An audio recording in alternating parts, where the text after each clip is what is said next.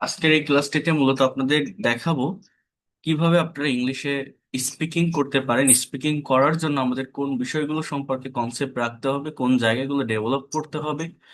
আর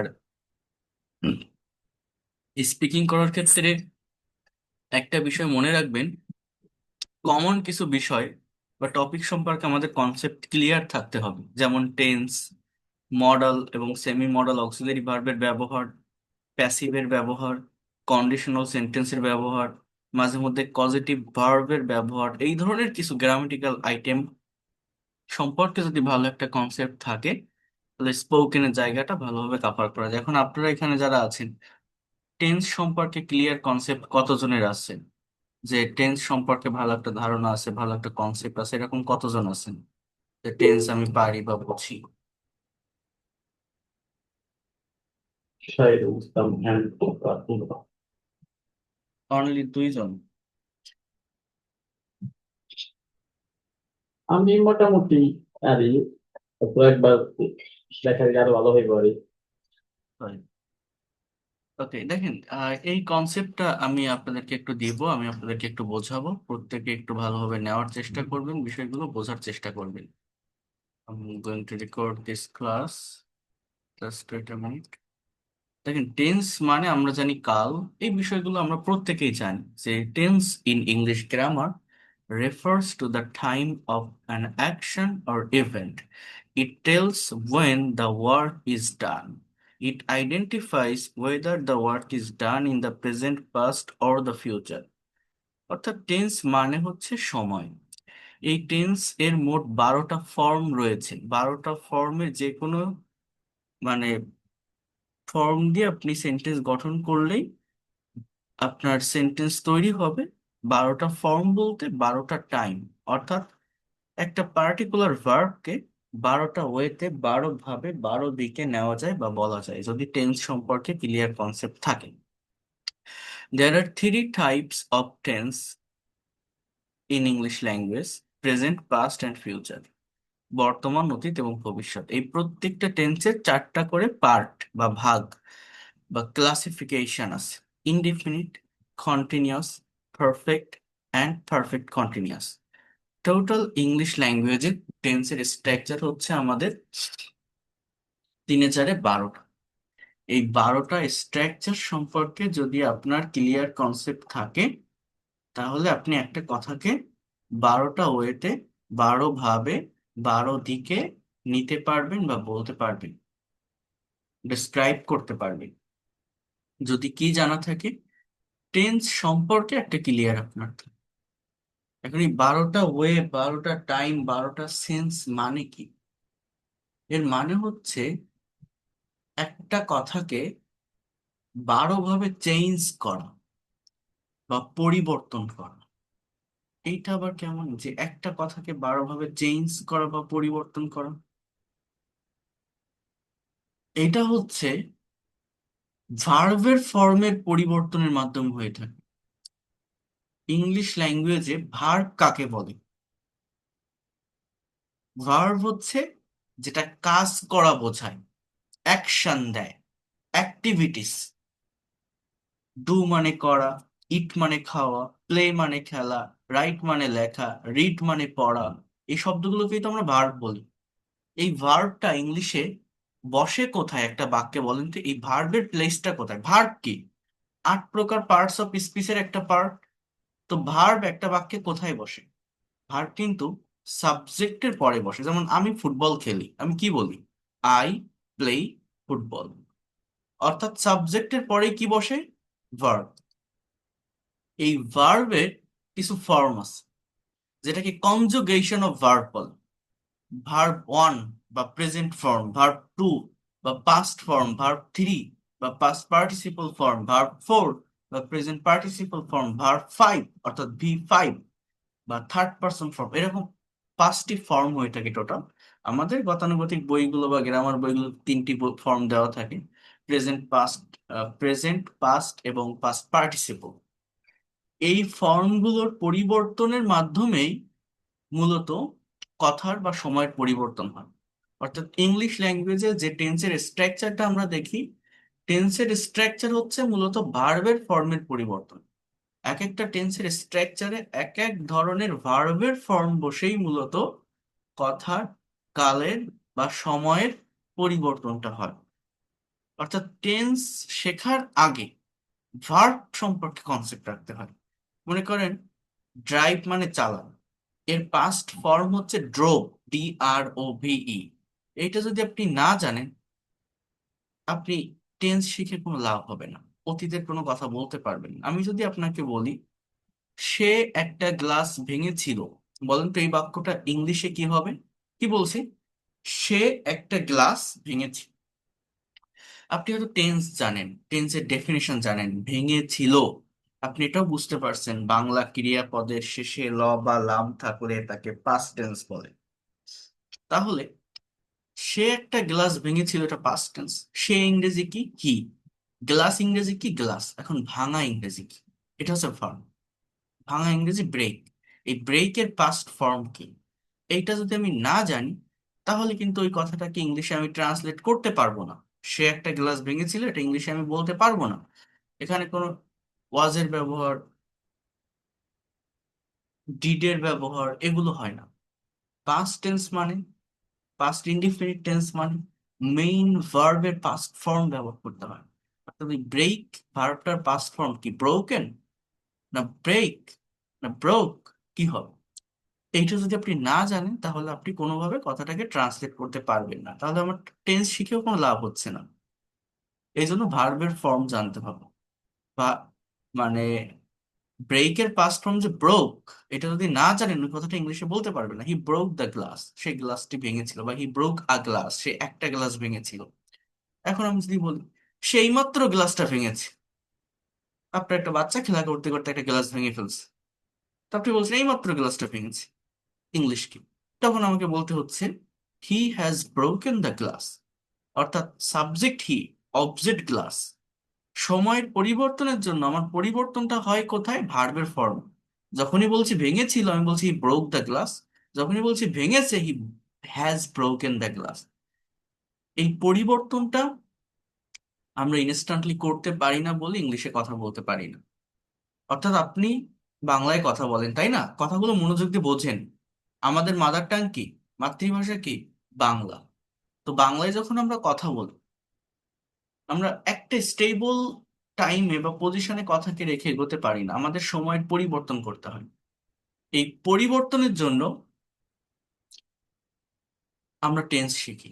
অর্থাৎ আপনি যখন ইংলিশে কথা বলতে যাচ্ছেন, এই যে টাইমের পরিবর্তনটা আপনি আপনার কথার ভিতরে করছেন, সেই পরিবর্তন অনুযায়ী যে ভার্বটাকে আপনার ইউজ করতে হবে ইংলিশে, ওইটা আপনি পারেন না।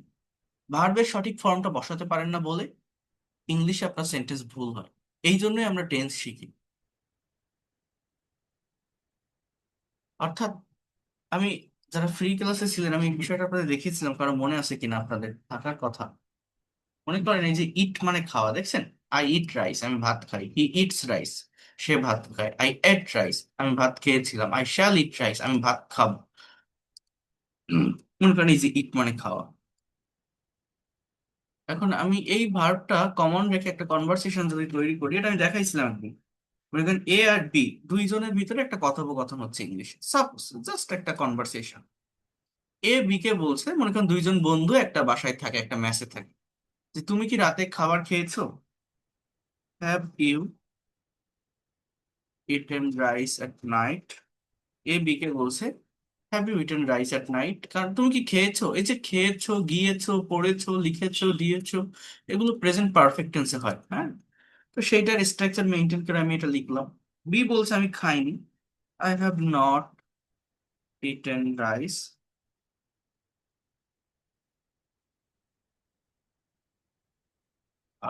এরপর বি আবার একে উল্টে প্রশ্ন করছে, তুমি কি এখন খাইতেছো? তুমি তো বাইরে থেকে আসছো, তুমি কি এখন খাইতেছো? Are you eating rice now? Are you eating rice now? তুমি কি এখন খাইতেছো? Are you eating rice now? এখন এ আবার বলছে, এ কি বলছে দেখেন, আহ সরি, এটা I have not eaten.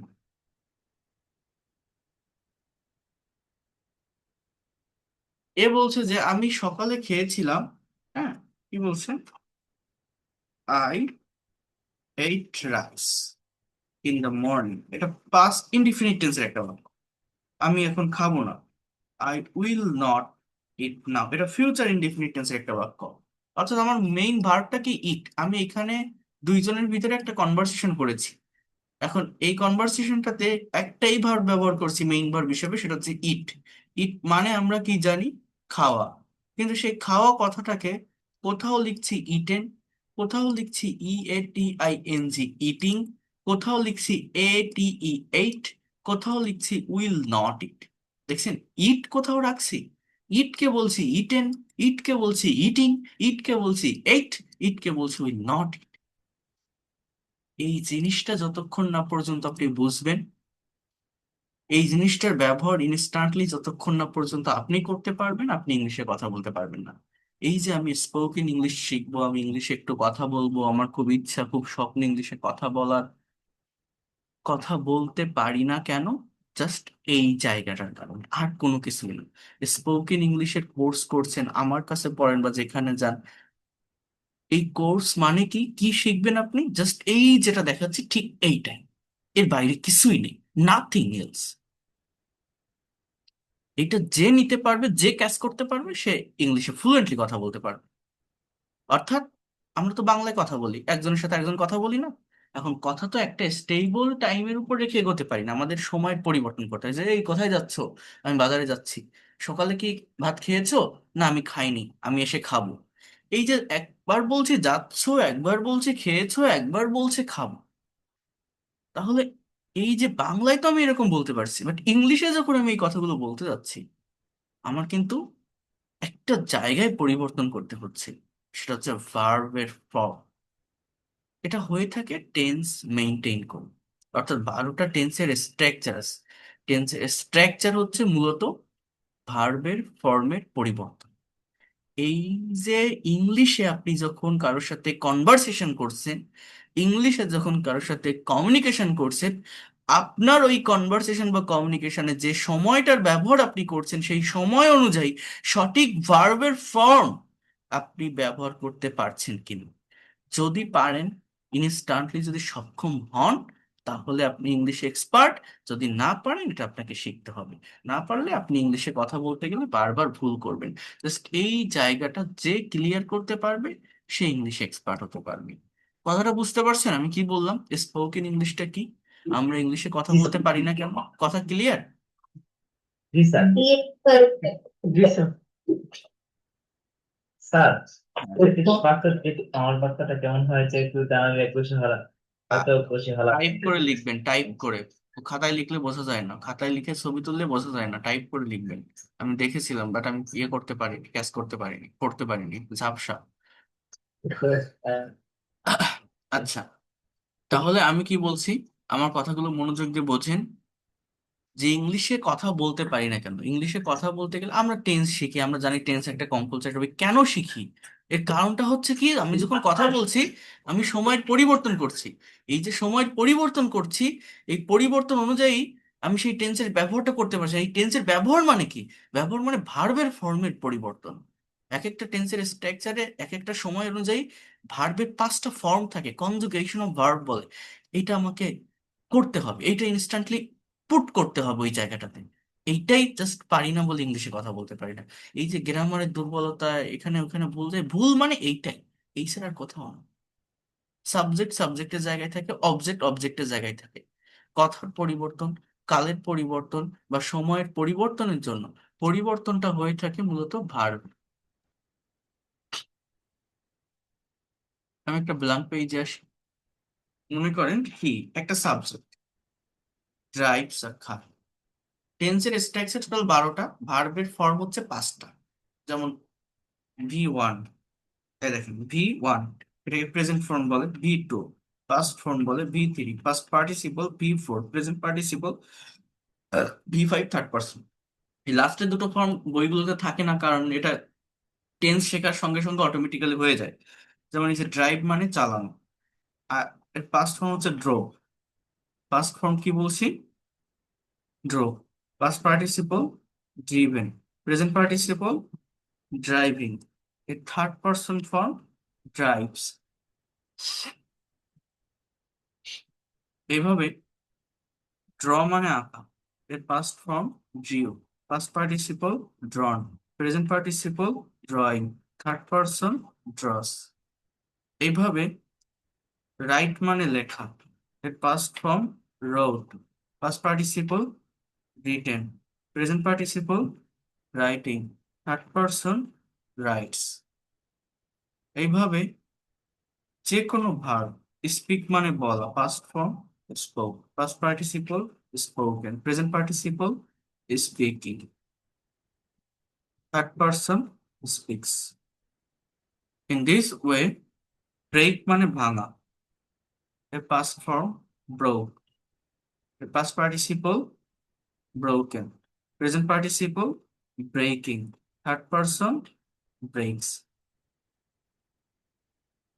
Flow মানে প্রবাহিত হওয়া, দ্য এয়ার ইজ ব্লোয়িং, বাতাস প্রবাহিত হচ্ছে, past form blew, past participle blown, present participle blowing. যারা ভোকাবুলারিতে দুর্বল, এই ভার্ব সম্পর্কে ভালো কনসেপ্ট রাখতে পারলে ভোকাবুলারি দুর্বলতা থাকে না। ভোকাবুলারি বলতে ভার্বের ভোকাবুলারি শিখতে হয়, ভার্ব সম্পর্কে কনসেপ্ট রাখতে হয়। যে যত বেশি ভার্ব সম্পর্কে কনসেপ্ট রাখতে পারে সে তত দ্রুত ইংলিশে কথা বলতে পারে। কারণ সাবজেক্ট তো একটা সার্কেলের ভিতর থাকে, সাবজেক্ট আই হয়, উই হয়, ইউ হয়, হি হয়, সি হয়, দে হয়, অবজেক্ট অটোমেটিক্যালি চলে আসে যদি এরপরে ভার্বটাকে আপনি ইউজ করতে পারেন। অর্থাৎ জানার মেইন যে জায়গাটা সেটা হচ্ছে ভার্ব, ভার্ব সম্পর্কে জানতে হয়, কনসেপ্ট রাখতে হয়। ঠিক আছে। গো মানে কি? যাওয়া, past form went, past participle. আমার বইটাতে 7 না 8 নাম্বার চ্যাপ্টারে এই ভার্বের ফর্ম দেওয়া আছে, most important 200 verb, conjugation of verb দেওয়া আছে। যারা আজকে অনেকে হয়তো বই হাতে পেয়েছেন, কারণ আজকে প্রচুর বই গিয়েছে। আছে না এরকম কেউ যারা আজকে বই রিসিভ করেছেন বা হাতে পেয়েছেন? এরকম কেউ আছেন আজকে রিসিভ করেছেন? হ্যাঁ, আজকে? আজকে হাতে হ্যাঁ। সেদিন আগে অর্ডার দিছি, এখনো পাই নাই। কেন পাবেন না? বই চলে গেছে, যারা অর্ডার দিয়েছেন চলে গেছে, স্ক্যানার পেলে আগামীকাল পেয়ে যাবেন হয়তো। আচ্ছা, স্যার আমার তো তো বোঝার চেষ্টা করেন কনজুগেশন অফ ভার্ব। তাহলে এখানে আমি কয়টা ভার্ব লিখলাম? Just try to understand here, এই যে 8টা ভার্ব, এই 8টা ভার্ব আপনি আজকের দিনের জন্য পড়েন, আমি আরো 2টা না হয় লিখে দিই। যে কোনো ওয়ার্ড এর যে ফর্মের পরিবর্তন, অর্থাৎ ভার্ব রিলেটেড ওয়ার্ড, এই পরিবর্তনটা আপনার শিখতেই হবে, এটার কোনো বিকল্প নেই। নো মানে কি? জানা, past form knew, past participle known, present participle knowing, third person knows. See মানে কি? দেখা, past form saw, past participle seen, present participle seen, third person sees. এই 10টা ভার্ব আপনি আজকের দিনের জন্য পড়ে ফেলেন, মুখস্থ করে ফেলেন। 10টা ভার্ব দিয়ে আপনি সেন্টেন্স লেখেন। কেন পারবেন না? ল্যাঙ্গুয়েজ কঠিন না। এবার দেখেন, এই যে হি ড্রাইভস, সে চালায়, এই দুটো ওয়ার্ডের বাংলা কি? সে চালায়। এটা present indefinite tense, subject third person singular number হলে, অর্থাৎ ইংলিশ ল্যাঙ্গুয়েজে 3 প্রকার পার্সন আছে, আই এবং we first person, you second person, বাকি সব third person. Third person singular কোনগুলো?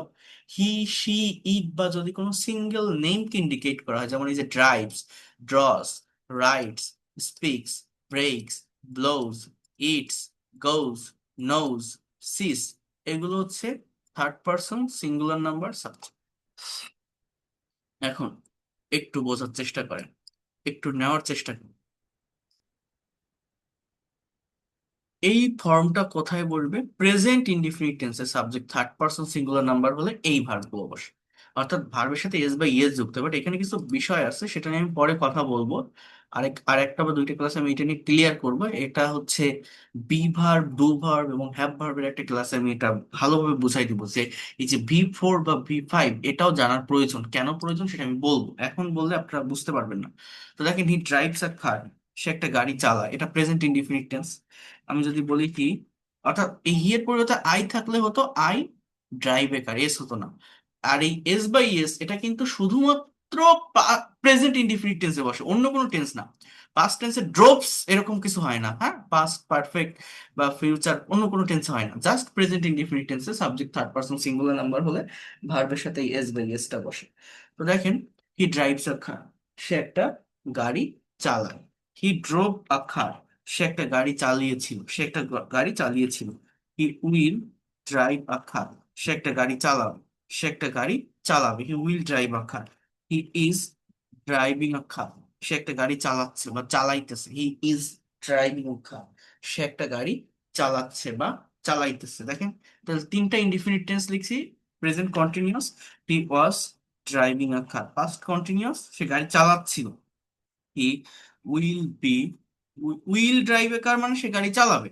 আর he will be driving a car মানে সে গাড়ি চালাতে থাকবে, সে গাড়ি চালাতে থাকবে, উইল বি ড্রাইভিং। হ্যাঁ, তিনটা কন্টিনিউয়াস, ছয়টা টেন্স হয়ে গেছে। হি হ্যাজ ড্রিভেন এ কার, সে একটা গাড়ি চালিয়েছে, প্রেজেন্ট পারফেক্ট। এইবার দেখেন, এই যে সাতটা টেন্স লিখলাম না, এই সাতটা টেন্সের স্ট্রাকচার সম্পর্কে যদি কারো কনসেপ্ট থাকে, টেন্সের টোটাল 12টা স্ট্রাকচার আছে, ওইটা লাগে না। মানে সরি, এখানে আবার 11 থেকে উঠে গেছে, আচ্ছা যাই হোক। তো যেটা আমি বলতেছি এটা বোঝেন একটু, সেটা হচ্ছে এই যে সাতটা আমি এখানে লিখলাম, এই সাতটা টেন্স হচ্ছে মোস্ট ইউজফুল টেন্স বা অ্যাক্টিভ স্ট্রাকচার, যেগুলো আমাদের ডে টু ডে লাইফের কনভারসেশন বা কমিউনিকেশনে ব্যবহার করতে হয়। Past perfect, past perfect continuous, present perfect continuous, future perfect, perfect, এগুলোর প্রয়োজন হয় না। টোটাল তো 12টা টেন্সের স্ট্রাকচার, আমি এখানে সাতটা লিখছি। এই সাতটা যদি আপনি ভালোভাবে ক্লিয়ার করতে পারেন, আপনি যে কোনো কনভারসেশন কমিউনিকেশন ভালোভাবে চালিয়ে যেতে পারবেন।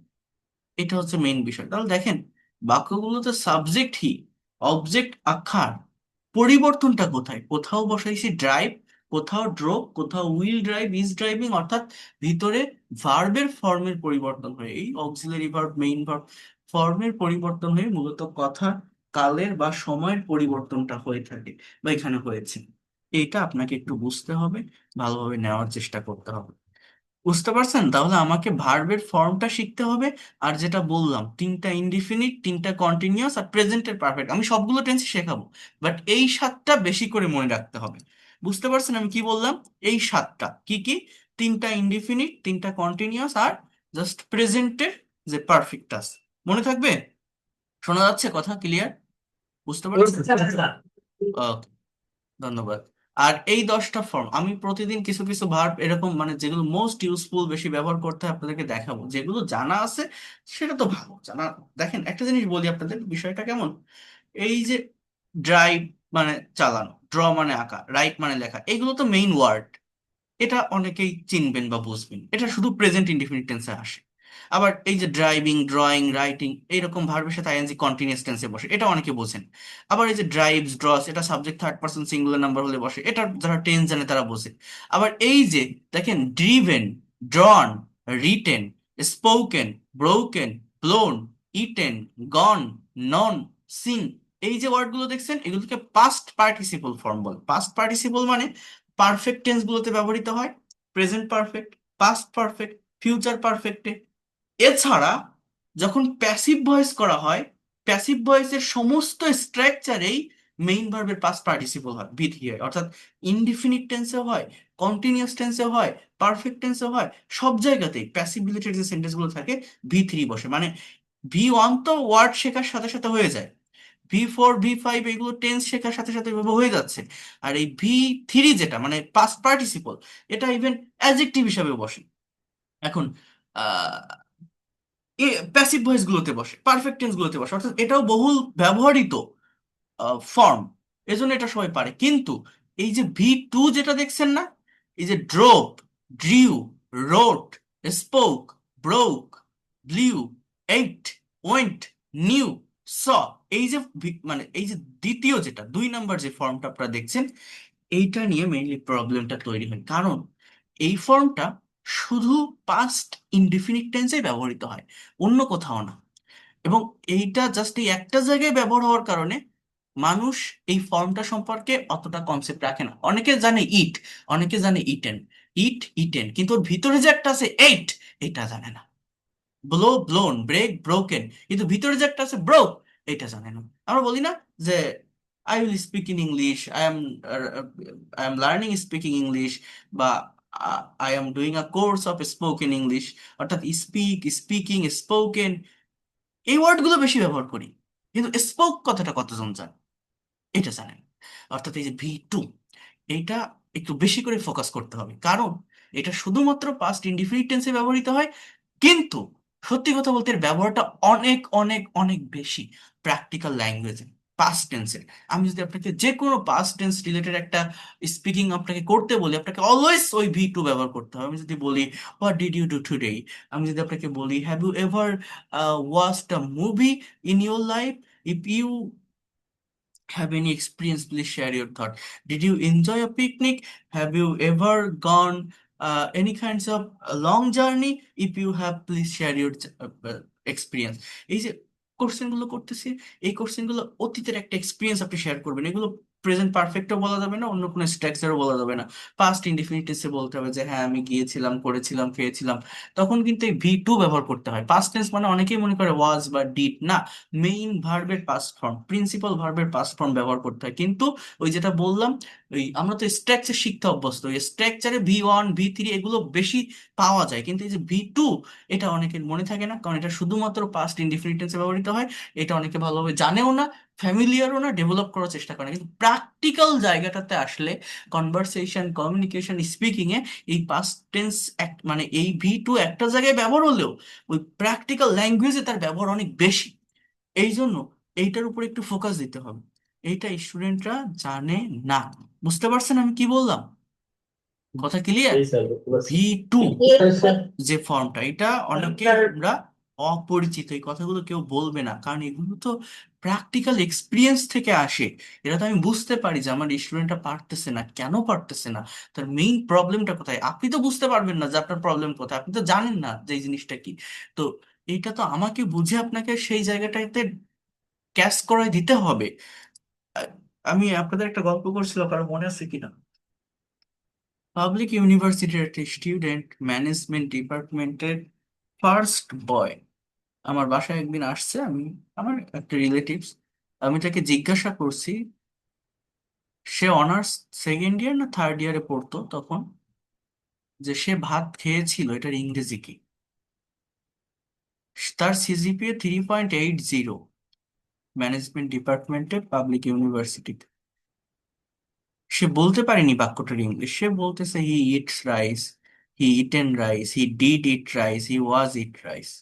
ওই যে ইটের যে একটা পাস্ট ফর্ম আছে, ATE, 8, ইভেন আপনারা এখানে যে 58 জন ক্লাস করছেন, 30 জনও জানেন না যে ওর একটা পাস্ট ফর্ম আছে, সেটা হচ্ছে 8। বা আমি যদি আপনাকে বলি সে ভাত খেয়েছিল, ইংরেজি কি, 40 জনই বলতে পারবেন না, 30 জনই বলতে পারবেন না। এইটাই হয়, এতটাই খারাপ অবস্থা আমাদের দেশে এই ল্যাঙ্গুয়েজের, এই বেসিকের। এর মেইন রিজন আমরা কোনোদিন আমাদের শিক্ষা জীবন পার করে আসছি, আমরা প্র্যাকটিক্যালি এটাকে ভাবার চেষ্টা করিনি, দেখার চেষ্টা করিনি, বোঝার চেষ্টা করিনি। এমন কোনো গ্রামার বই আপনি পাবেন না যেখানে এই ভার্বের ফর্ম দেওয়া নেই, কিন্তু পড়েছে কয়জন বা সেটা দেখেছে কয়জন? মনে করে যে এটা তো এক ধরনের ভোকাবুলারি। আমার কথা কি বুঝতে পারছেন আমি কি বললাম? এই জন্য বলছি ভার্বের ফর্মটা জানতে হবে, ভার্বের ফর্মটা পড়তে হবে, শিখতে হবে, ভালোভাবে ডেভেলপ করতে হবে। হ্যাঁ, আচ্ছা। তাহলে যে কথাটা বলছিলাম, এই হচ্ছে মেইন বিষয়। আমি একদিনে তো টেন্স ক্লিয়ার হবে না, আমি আজকে এই ইনডিফিনিট টেন্স গুলো নিয়ে কথা বলবো, নেক্সট ক্লাসে পারফেক্ট কন্টিনিউয়াস, পারফেক্ট কন্টিনিউয়াস এগুলো নিয়ে কথা বলবো। এখানে একটু বিষয় খেয়াল করেন কি বলছে, যে টেন্সকে 4 ভাগে ভাগ করা হয়, বাট স্পোকেন ইংলিশ শেখার ক্ষেত্রে বা ইংরেজিতে কথা বলার ক্ষেত্রে 12 প্রকার টেন্স পড়ে বোঝা বাড়ানোর কোনো দরকার নেই। আমরা প্রতিটা টেন্সের 3টা সিম্পল, কন্টিনিউয়াস বা পারফেক্ট গুরুত্ব সহকারে পড়লেই হয়। তা এখানে 9টার কথা বলছে, তো এটাও আমি বলছি, আমি বলছি 7টার কথা। জাস্ট 3টা ইনডিফিনিট, 3টা কন্টিনিউয়াস আর প্রেজেন্টের পারফেক্ট।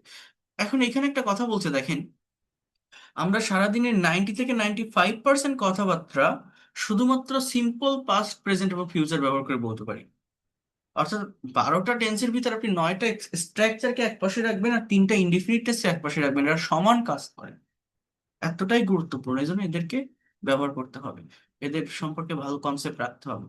এখানে দেখেন একটা টেবিল আছে, এই টেবিলগুলো আমার লেখা যে বইটা, বইটাতে খুবই সুন্দরভাবে ওয়েল অর্গানাইজড ওয়েতে সাজানো আছে। এখনো যারা বইটা নেননি বইটা অর্ডার করে ফেলবেন। এটা মানে এই টাইমে অর্থাৎ এখন যে ক্লাসগুলো নিচ্ছে এই ক্লাসগুলোর জন্য এটা খুবই ইফেক্টিভ হবে, কারণ সবগুলো ক্লাস ওই বই অনুযায়ী ধারাবাহিকভাবে এবং ওই বইটা তো এইভাবেই ছক আকারে টেবিল আকারে সহজ সরল সাবলীল ভাবে আমি পার্ট গুলো উঠাই দিয়েছি, যে একদম দুর্বল যে মোটে লেখাপড়া কোনোদিন করেও নি সেও বুঝতে পারবে বিষয়টা কি। দেখেন প্রথমে লেখা আছে স্টার্টার, অর্থাৎ শুরু যেটা, মানে সাবজেক্ট যেটা, একটা কথা বলতে গেলে কেউ তো একজন বলবে কেউ তো একজন লিখবে। এরপর আছে প্রেজেন্ট সিম্পল বা V1, পাস্ট সিম্পল বা V2।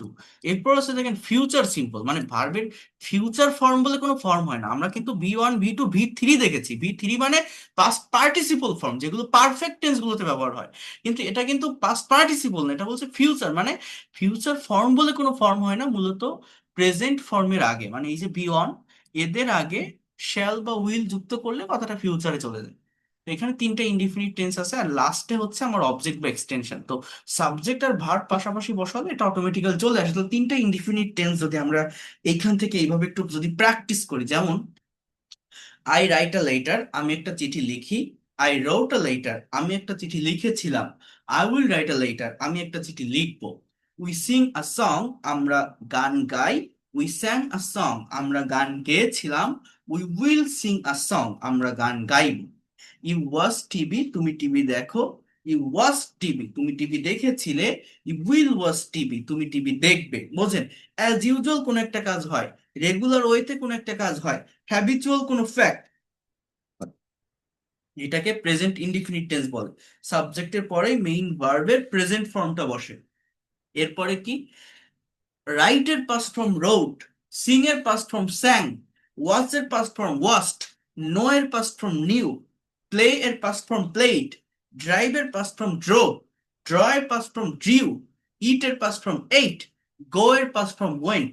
এই যে ভার্বের ফর্মগুলো আপনারা দেখছেন, এই পাস্ট ফর্ম ব্যবহার করার মানে কি, অতীতে কেউ কোনো কাজ করেছিল, বাংলা ক্রিয়াপদে ল বা লাম আসে, কাজটা হয়ে গেছে, তার কোনো ফল বা রিয়েকশন নেই। আর এই শ্যাল উইলের ভিতর এখানে আমি সব জায়গায় উইল কেন দিয়েছি, দেখেন শ্যালটা শুধুমাত্র আই এবং উই এর সাথে ব্যবহার করা যায়। সাবজেক্ট যদি আই অথবা উই হয় ফার্স্ট পারসন, তাহলে শ্যালের ব্যবহার হয়। কিন্তু ইউ, হি, শি, দে, মানে সেকেন্ড বা থার্ড পারসনের সাথে শ্যালের ব্যবহার করা যায় না।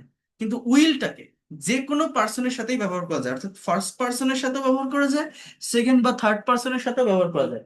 এজন্য মডার্ন গ্রামারে উইলের ব্যবহারটাই দেওয়া আছে সব জায়গায়। এই জন্য শ্যালকে স্কিপ করে যদি উইলের ব্যবহার করেন তাহলে এই জায়গাটাতে আর কোনো ধরনের কনফিউশন থাকে না। মেইন কথা হচ্ছে এটা। তো আই রাইট আ লেটার, আমি একটা চিঠি লিখি। আই রোট আ লেটার, আমি একটা চিঠি লিখেছিলাম। I will write a letter, আমি একটা চিঠি লিখবো। উই সিং আ সং, আমরা গান গাই। উই স্যাং আ সং, আমরা গান গেয়েছিলাম। We will sing a song, আমরা গান গাইবো। ইউ ওয়াচ টিভি, তুমি টিভি দেখো। ইউ ওয়াচ টিভি, তুমি টিভি দেখেছিলে। ইউ উইল ওয়াচ টিভি, তুমি টিভি দেখবে। হি নোজ হিম, সে তাকে চেনে। হি নিউ হিম, সে তাকে চিনতো বা চিনেছিল। উইল নো হিম, সে তাকে চিনবে। She plays football, he knows হবে, সাবজেক্ট থার্ড পার্সন থাকলে ভার্বের সাথে এস হয়। শি প্লেস ফুটবল, সে ফুটবল খেলে। শি প্লেড ফুটবল, সে ফুটবল খেলেছিল। শি উইল প্লে ফুটবল, সে ফুটবল খেলবে। একটা কাজ অ্যাজ ইউজুয়াল হয়, একটা কাজ হয়ে গেছে, আর একটা কাজ হবে। হয়ে গেছে মানে গেছিল। দে ড্রাইভ আ কার, তারা একটা গাড়ি চালায়। দে ড্রোভ এ কার, তারা গাড়ি চালিয়েছিল। দে উইল ড্রাইভ আ কার, তারা গাড়ি চালাবে। রানা ইটস রাইস, রানা ভাত খায়। রানা এইট রাইস, রানা ভাত খেয়েছিল। Rana will eat rice, Rana ভাত খাবে। Rana goes to school, Rana স্কুলে যায়। Rana went to school, Rana স্কুলে গিয়েছিল। Rana will go to school, Rana স্কুলে যাবে। অর্থাৎ এই যে তিনটা টাইম, চলুন আমরা একটু দেখে আসি। আমি আপনাদের ফ্রি ক্লাসে দেখিয়েছিলাম এই তিনটা টাইমের ব্যবহার করে, তিনটা ফর্মের ব্যবহার করে আমরা এখানে তো স্ট্রাকচার দেখছি কিভাবে প্রেজেন্টেশন দিতে হয়। এই দেখেন, এই যে যে আই ওয়াচ টিভি, এগুলো আমার বইটাতে সুন্দরভাবে লেখা আছে। আমি আবারও বলছি, নেগেটিভ ইন্টারোগেটিভ, নেগেটিভ ইন্টারোগেটিভ অনেক সুন্দর করে আলাদা আলাদা করে আমি দিয়েছি। দেখেন, আই ওয়াচ টিভি, আমি টিভি দেখি। আই ওয়াচ টিভি, আমি টিভি দেখেছিলাম। আই উইল ওয়াচ টিভি, আমি টিভি দেখবো। আই ড্রাইভ আ কার, আমি গাড়ি চালাই। আই ড্রোভ এ কার, আমি গাড়ি চালিয়েছিলাম। আই উইল ড্রাইভ আ কার, আমি গাড়ি চালাবো। তাহলে এই যে ফর্ম গুলো দেখছেন, এই যে সেন্স গুলো এখানে দেখছেন, এটা এইভাবে সেন্টেন্সে না দেখে আমরা প্র্যাকটিক্যালি কিভাবে দেখি, আমি কি দেখিয়েছিলাম আপনাদেরকে।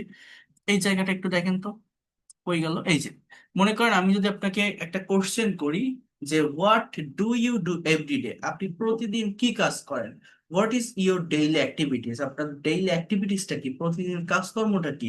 Can you describe it in English, আপনি কি এটা ইংলিশে ডিসক্রাইব করতে পারবেন। তখন এটা আপনি কিভাবে বলবেন। দেখেন, এটা আপনার বলতে গেলে আপনাকে যেটা করতে হবে, প্রত্যেকটা সেন্টেন্সের সাবজেক্ট কে হয়, আমি কি করেছিলাম, এবার আমার অ্যাক্টিভিটিস গুলো কি, সেইটা আমি বসাবো সাবজেক্টের পরে। সাবজেক্টের পরেই ইংলিশ ল্যাঙ্গুয়েজে প্রত্যেকটা সেন্টেন্সে ভার্ব বসে। বাংলা কিন্তু ডিফারেন্ট, বাংলায় ভার্ব লাস্টে থাকে, বাংলায় সাবজেক্টের পর অবজেক্ট থাকে, কর্মটা থাকে, বাট ইংলিশে সাবজেক্টের পর ভার্ব থাকে। এটা মাথায় রেখে সেন্টেন্স করতে পারলে সব দ্রুত পারা যায়। তো আপনি যে কাজটা প্রতিদিন করেন, এই প্রতিদিনের কাজ ডেসক্রাইব করার জন্য প্রেজেন্ট ইনডিফিনিট বা সিম্পল প্রেজেন্ট টেন্সের ব্যবহার হয়। প্রেজেন্ট ইনডিফিনিট টেন্সের স্ট্রাকচার সাবজেক্টের পরে বি ওয়ান বা ভার্বের প্রেজেন্ট ফর্ম। যেমন এই যে I get up early in the morning everyday, আমি প্রতিদিন খুব সকালে ঘুম থেকে উঠি। Then I brush my teeth, আমার দাঁত ব্রাশ করি। I wash my face and take ablution for Fajr prayer, আমি মুখ ধুই এবং ফজরের নামাজের জন্য উজু করি। After that I do some exercise, তারপর আমি কিছু ব্যায়াম করি। Then I refresh myself and take my breakfast, তারপর আমি ফ্রেশ হই এবং আমার ব্রেকফাস্ট করি। Then I get ready to go to office or college at 9:30 AM, তারপর আমি 9:30টার দিকে অফিসে বা কলেজে যাওয়ার জন্য রেডি হই। I get ready to go to office or college at 9:30 AM। Then I start my work, আমার কাজ শুরু করি। I take lunch at 2 PM, আমি 2টায় লাঞ্চ করি। After that I come back from office at 5 PM, আমি 5টায় office থেকে বাসায় আসি। কয়টায়? 5টায়।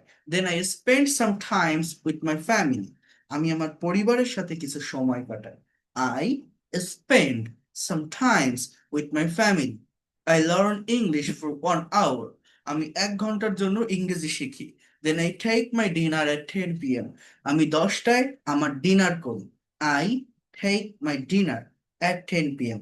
Then I go to bed for sleeping at 11 PM, আমি 11টায় বেডে যাই ঘুমানোর জন্য। I go to bed for sleeping at 11 PM. That's all about my daily activities. Thanks for patience hearing.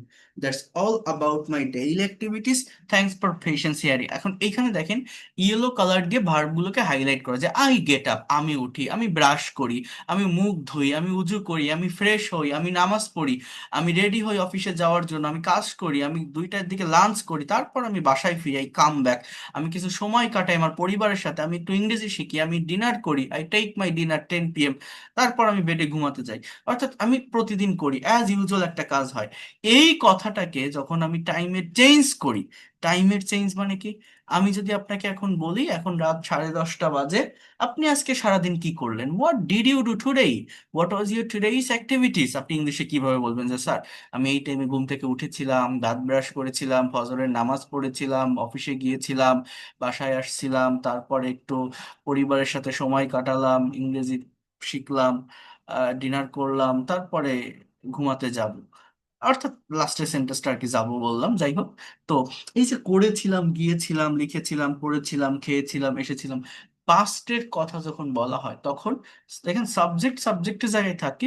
আপনার যে কাজটা, আপনার যে অ্যাক্টিভিটিসটা, সেটা যদি আপনি বসাতে পারেন, ডিসক্রাইব করতে পারেন, ইউজ করতে পারেন, তাহলে অবজেক্ট বা বাকি যে অংশ সেটা অটোমেটিক্যালি চলে আসে। যেমন এই দেখেন এখানে কোশ্চেনটা হচ্ছে what did you do yesterday or what was your yesterday activities, আপনি গতকাল সারাদিন কি করেছিলেন অথবা আপনার গতকালকের কাজ কি ছিল, এটা ইংলিশে ডিসক্রাইব করতে হবে। তো কি বলছে দেখেন, আসসালামু আলাইকুম, good afternoon you all, am Sakib before you, আমি সাকিব বলছি আপনাদের সামনে।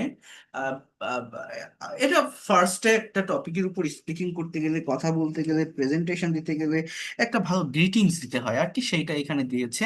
তো কি বলছে দেখেন, I got up early in the morning yesterday, গতকাল আমি খুব সকালে ঘুম থেকে উঠেছিলাম। Then I brush my teeth, আমি দাঁত ব্রাশ করেছিলাম।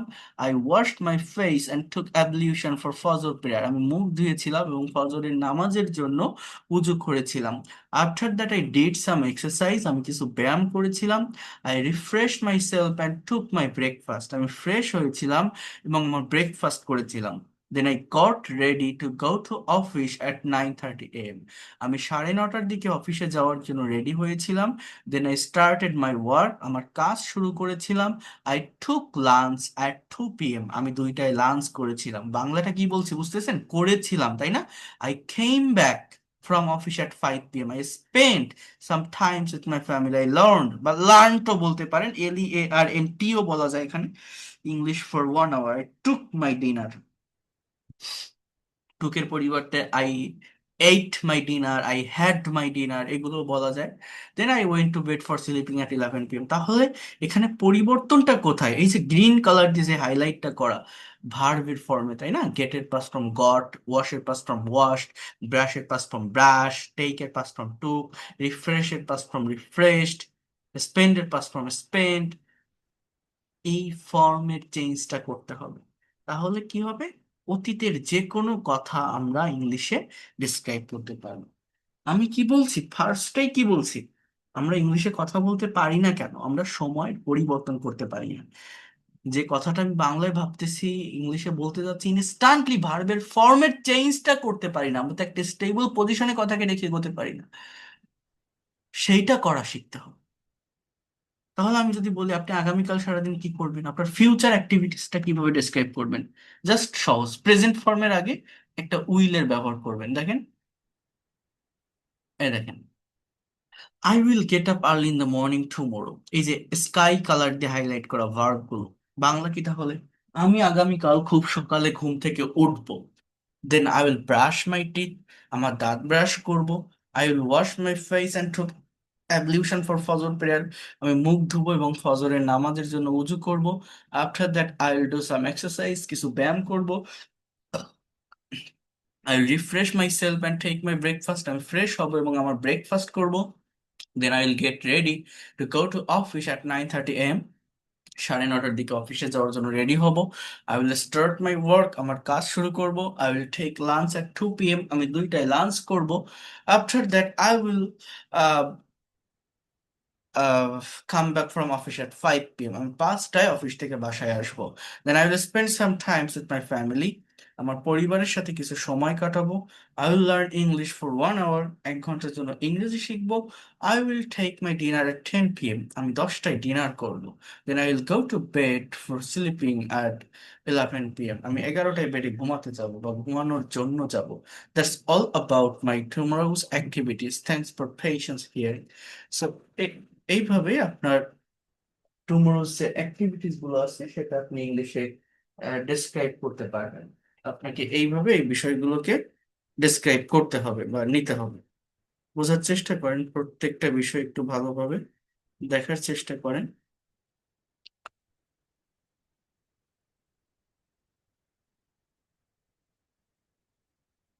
আচ্ছা, এখন দেখেন যে কথাটা বলছি, 3টা টাইমকে মেনশন করে আপনারা এইভাবে কথা বলবেন, ঠিক আছে? 3টা টাইম, আমার আমার কথা বুঝতে পারছেন? কথা ক্লিয়ার করতে পারছেন যে জি স্যার, কথাটা জি বললাম? স্যার, জি স্যার, বুঝতে পারছি। জি স্যার, ওকে। ভেরি গ্ল্যাড সাহেব। তো এমনি এইটা এটা আপনাদেরকে আমি পাঠিয়ে দিব। এইটা আপনাদেরকে পাঠিয়ে দেওয়ার পর আপনারা যেটা করবেন সেটা হচ্ছে, আবারও বলছি, জাস্ট একটু কথাটা মন দিয়ে শোনেন। আপনারা প্রতিদিন কি করেন? আপনি গতকাল কি করেছিলেন? আপনি আগামীকাল কি করবেন? এই সেন্সে আপনাকে কথা বলতে হবে, এই সেন্সে আপনাকে ডেসক্রাইব করতে হবে। ঠিক আছে? আমি কি আপনাদেরকে বোঝাতে পারলাম?